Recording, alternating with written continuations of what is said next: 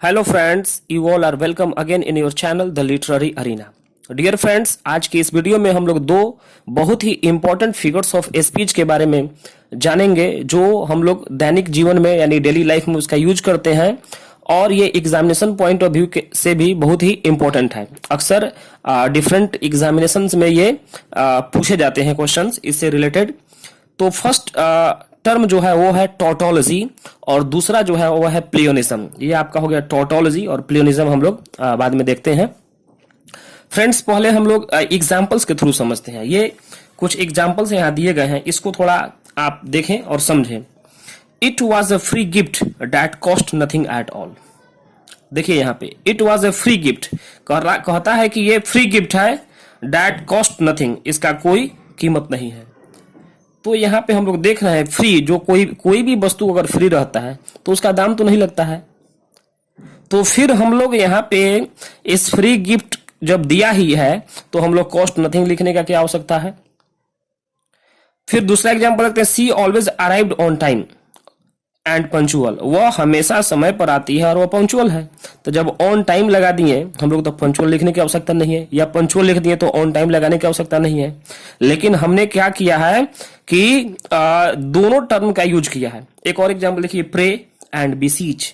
Pray मतलब भी प्रार्थना करना और बिसीच मतलब भी प्रार्थना करना। तो हम लोग कोई किसी एक से भी काम चला सकते हैं, बट यहाँ पे दो वर्ड्स का यूज किया गया है, दो टर्म का यूज किया गया है। तो ये दिखाने के लिए कि इसमें एम्फेसिस दिया गया है। अब इसका हम लोग डेफिनेशन देखते हैं कि ये डेफिनेशन क्या है। Tautology is the use of different words to say the same thing twice in the same statement. यहां देखिए, tautology is the use of different words to say the same thing twice in the same statement. ये twice जो लगा हुआ है यही important point है। Twice मतलब एक ही बात को दो बार कहा गया। तो जब एक ही बात को दो बार कहा जाता है किसी स्टेटमेंट में तो उसे हम लोग टॉटोलॉजी कहते हैं।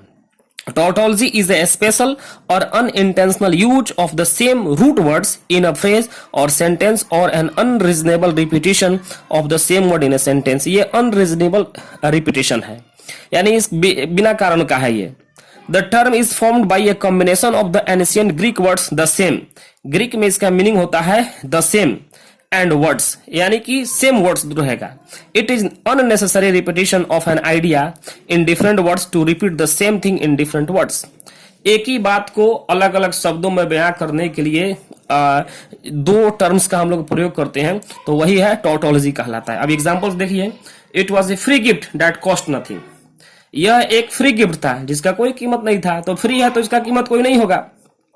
She always arrived on time and punctual. वो हमेशा समय पर आती है और पंक्चुअल है। तो ये ऑन टाइम जो लगा रहे हैं और पंक्चुअल जो लगा रहे हैं ये दोनों जो है सेम ही वर्ड है, यानी कि ये रिपीटिशन हो रहा है अनरीजनेबल वर्ड्स का। टॉटोलॉजी हो गया।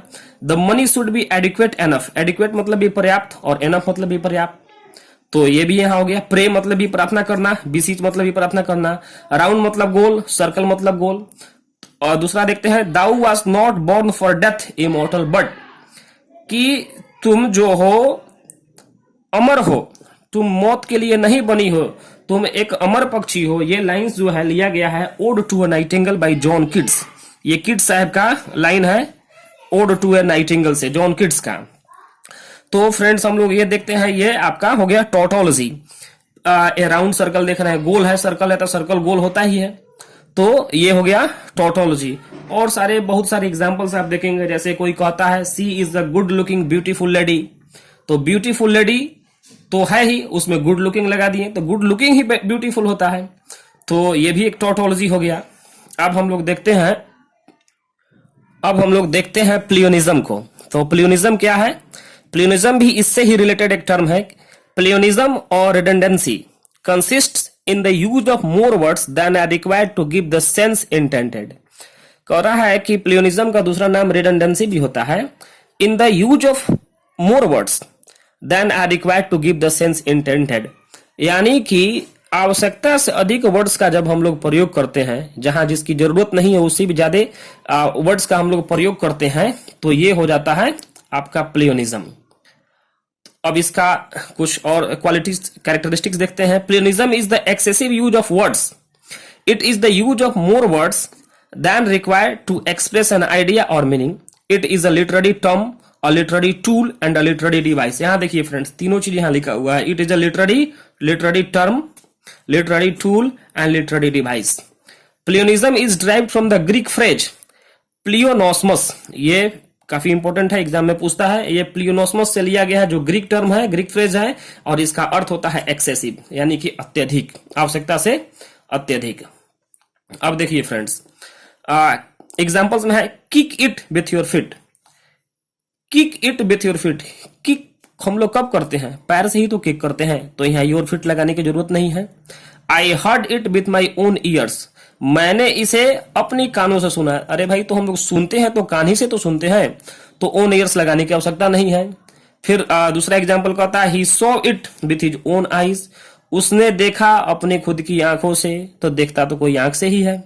The most unkindest cut of all, ये मोस्ट इंपॉर्टेंट है, एग्जाम में पूछता है. The most unkindest cut of all, unkindest cut यानी कट जब किया जाता है, किसी को काटा जाता है, तो वो अनकाइंड होगा ही. ऐसा नहीं ना कि वो अच्छा होगा, वो तो खराब ही होगा. और ये कहां से लिया गया है लाइन? तो ये इसको हम देखते हैं. In this excerpt from Shakespeare's Julius Caesar, ये जूलियस सीजर से लिया गया है. Pleonasm is used to emphasise just how terrible the cut was. ये जो है जूलियस सीजर से लिया गया है, और वो बताया गया है कि वो कट जो था, जो काटा गया था, तलवार से जो स्टैब किया गया था, वो बहुत ही भयानक कट था. जूलियस सीजर में ब्रूटस के स्टोरी को आप जानते हैं, अगर नहीं जानते हैं तो वीडियो देख सकते हैं आप. अब हम लोग देखते हैं next example. She forgot my PIN number for the ATM machine. अब यहां देखिए, बहुत ही ये इंटरेस्टिंग है, इसको आप थोड़ा ऐसे देखें. हाँ, ये नेक्स्ट एग्जांपल देखें friends. She forgot my PIN number for the ATM machine. तो पिन नंबर, ये PIN जो लिखा हुआ है, इसमें खुद नंबर, इसका फुल फॉर्म जब देखेंगे हम लोग, तो ये पिन N जो है नंबर को इंडिकेट करता है, तो फिर यहाँ नंबर लिखने की आवश्यकता नहीं है. फिर उसके बाद क्या होता है ATM, ATM को कहते हैं ऑटोमेटिक टेलर मशीन, तो यहाँ ऑलरेडी मशीन है ही M में, तो फिर यहाँ मशीन लिखने की आवश्यकता नहीं है. तो ये भी हो गया प्लियोनिज्म. बहुत ही इंटरेस्टिंग है ये. I have a bed my very own, it's just my size. ये जो है एक पोएम जो लिया गया है, इस पोएम का नाम है एवरी डॉग्स स्टोरी. इसमें भी प्लियोनिज्म का यूज किया गया है, पोएट ने किया है.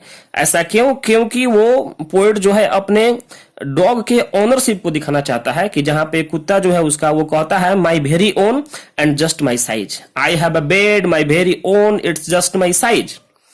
एवरी डॉग्स स्टोरी से ये लिया गया है, और ये पोएम जो है लिखा है मेरी ओलिवर ने.